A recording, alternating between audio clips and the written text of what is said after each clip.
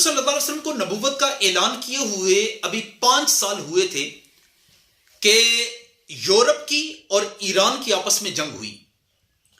نبی علیہ الصلوۃ والسلام کے دور میں یہ 2 سپر پاور تھیں، ایشیا میں ایران اور ادھر یورپ میں رومن. یہ دونوں سپر پاور تھیں، جنگیں ہوتی تھیں. کبھی یہ یورپین ادھر ایشیا میں آ جاتے تھے، کبھی یہ ایشین ادھر یورپ میں چلے جاتے تھے. جنگیں ہوتی رہتی تھیں. نبی علیہ الصلوۃ والسلام کو نبوت کا اعلان کیے ہوئے ابھی 5 سال ہوئے تھے کہ ان دونوں کی آپس میں جنگ ہوئی ملک شام کی سرزمین میں.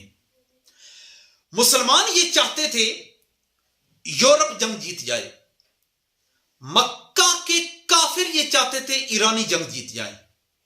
اب دونوں کے لیے یہ جنگ بہت امپورٹنس رکھتی تھی. وجہ کیا تھی؟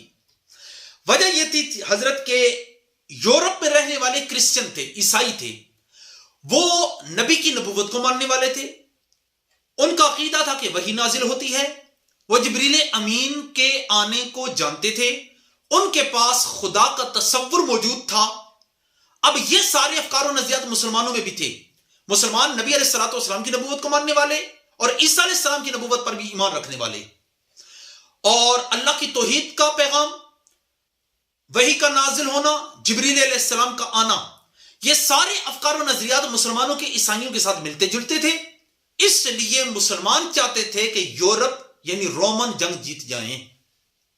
جبکہ دوسری طرف مکہ کے کافر بت پرست تھے، مشرک تھے، اور ایرانی بھی آتش پرست تھے، آگ کی پوجا کرتے تھے، مشرک تھے. ان دونوں کے افکار و نظریات آپس میں ملتے تھے. اس لیے مکہ کے کافر چاہتے تھے ایران جنگ جیت جائے. جنگ ہوئی ملک شام کی سرزمین میں. میرے اللہ کے قرآن نے رزلٹ بیان کیا. پارہ نمبر 21 ہے، سورہ روم ہے. اللہ کا قرآن کہتا ہے الف لام میم غلبت الروم. رومن جنگ ہار گئے، یورپ ہار گیا. مسلمان چاہتے تھے رومن جیت جائیں لیکن ہار گئے. غلبت الروم فی ادنى الارض، وہ قریب کی سرزمین میں، قریب کی سرزمین میں روم جنگ ہار گئے ہیں. فی بضع سنین غلبت الروم فی ادنى الارض وهم من بعد غلبهم سيغلبون. لیکن جنگ ہارنے کے بعد انقریب یورپ جنگ جیت جائے گا.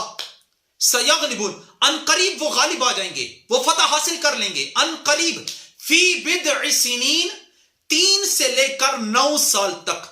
بدع ان کا اطلاق 3 سے لے کر 9 تک افراد پر ہوتا ہے. 4 5 6 7 8 میکسیمم 9. میکسیمم 9 سالوں تک دوبارہ پھر جنگ ہوگی. آج جو رومن جنگ ہارے ہیں کل یہی جنگ جیتیں گے. حضرت یہ بات ہے نبی علیہ الصلوۃ والسلام کی نبوت کے 5ویں سال کی. 9 سال جب پورے ہوئے، مسلمان ہجرت کر کے مدینہ پاک آئے ہوئے تھے. ابھی مسلمانوں کو 2 سال ہوئے تھے. ادھر سے مکہ کے کافر آئے. بدر کے میدان میں مسلمانوں اور کافروں کی جنگ ہوئی. ٹھیک اسی دن ادھر ایرانیوں اور رومن کی آپس میں جنگ ہوئی. ادھر یہ لڑے، ادھر وہ لڑے. ٹھیک 9 سال کے بعد حضرت جب جنگ ہوئی، اللہ کا حکم، اللہ کا امر یہ ہوا، ادھر بدر کے میدان میں خدا نے مسلمانوں کو فتح عطا فرمائی اور ادھر رومنز کو ایرانیوں کے مقابلے میں اللہ نے فتح عطا فرمائی. ادھر رومن جنگ جیت گئے، ادھر مسلمان جنگ جیت گئے. 9 سال پہلے اللہ نے بیان فرمایا تھا للہ الامر من قبل ومن بعد.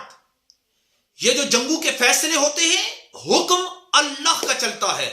للہ الامر من قبل، اس سے پہلے بھی جب بھی جنگیں ہوتی تھی، جنگوں کے فیصلے ہوتے تھے، حکم کائنات میں اللہ کا چلتا ہے.